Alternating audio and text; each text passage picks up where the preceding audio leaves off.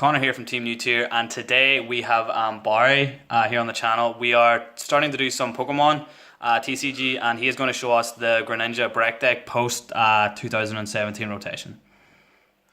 Yeah, so I just thought quickly go through what the deck actually lost in the rotation.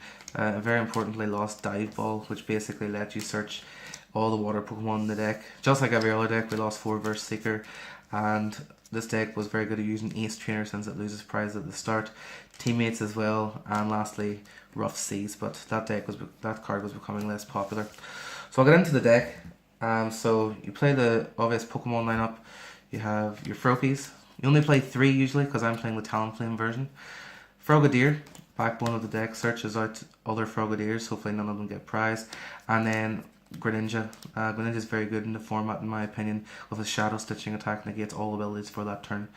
Then you have the Greninja Break, so it is quite a long stage evolution line. The Greninja Break can take damage from anywhere on the field by discarding a water energy. So those are the main cards, those are the Greninja Breaks, and this deck has been pretty successful so far with that. Now, since we're losing the VS Seekers, I've put in Starmie and Staryu just for the Beacon ability. Space Beacon ability lets you recycle your energy by discarding a card. And then we have our Talonflame, which play 4 just because you want to open up with these at the game, because it can search for any 2 cards for a colorless energy, so any energy, water energy. Alright. So then on to the supporters. 4 Sycamore and 4 N. This deck tends to go slow, so N's really good because usually you'll have more prizes than your opponent until the mid to late stages of the game. What this deck did gain, however, is Guzma. So this actually replaced Lysander, obviously, and this one will actually let you do a 3rd Water Shuriken in a game if you have the hand for it, so it can be very, very useful. Fisherman gets back 4 energy. Unsure whether I'll like it with the Starmie, but I haven't tested overly much, so we'll see how that goes. And then we have our item cards. We lost Dive Ball, so Ultra Ball is necessary at 4, and also we have Evo Soda, so you can evolve straight from the bench by playing this card. It basically searches, because you're going to search your line most likely, and you can put it on, but it does count as evolving for the turn. Choice Band, times 3. Most decks are running EX or GX, except really Greninja Break, and since you're using there's no VS Seekers to get back in, so you're going to be Sycamoring when you have the chance. This Rescue Tracer can get back any Pokemon that were discarded. Garb Toxin, still really annoying for the deck. All ability decks, you need that to get rid. Might play a 3rd. Max Potion, you rarely have energy unless sometimes you might not have energy, so the Max Potion doesn't do too much. Then you have the Super Rod again to recycle energy and Pokemon back into the deck. And I've put in 2 Brookwood Hill to search for the water Pokemon. So again, another replacement for Dive Ball. Other water decks can use it, but Volcanion, for example, but you have a decent matchup against there, so if you can search a few times, you'll probably be in a good position. Only other decks, Alola Ninetales, so it can be a sort of iffy matchup. So this again is another card I'd be questioning. And then lastly, the energy, Splash Energy, ridiculous card.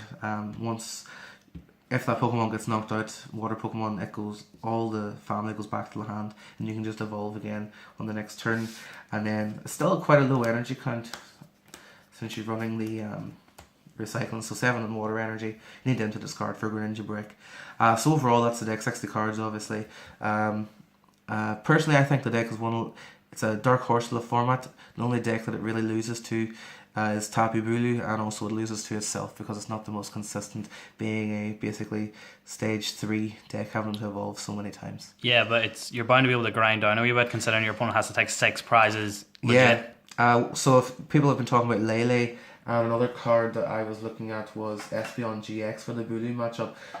This deck is very good in the fact that you have to take 6 prize cards, since there's no GX cards or EX cards. You have to take away 6, whereas I only have to usually take away 3 Pokemon. And then the Splash Energies, they recycle the Pokemon, so you can actually do a decent grind game once you get started. Only thing is the prize pool. If you prize a Greninja or even worse, a Frogadier, that can sort of worry away at your cards. Is there anything you'd change in the deck going forward, or are you happy enough at the minute? Well, I'm pretty new to the game and this deck, so to see how the format goes, see what's going to be popular, you might have to change a few cards depending on if Bulu comes back or comes into the format, Espeon EX might have to come in. But other than that, the deck seems pretty solid, pretty good choice, especially since it's low energy. Gardevoir will have a tough time. Metagross loses to the deck if it gets going. So yeah, pretty happy with the deck so far, but we'll see as the rotation goes on how it's going to be used. Yeah, well, hopefully the format just doesn't stay like a triangle as it's supposed to be. Yeah, so we'll see how it goes. We'll give it a while. Anyway, guys, that is Barry's Greninja deck profile. Don't forget to like, comment, and subscribe, and bye.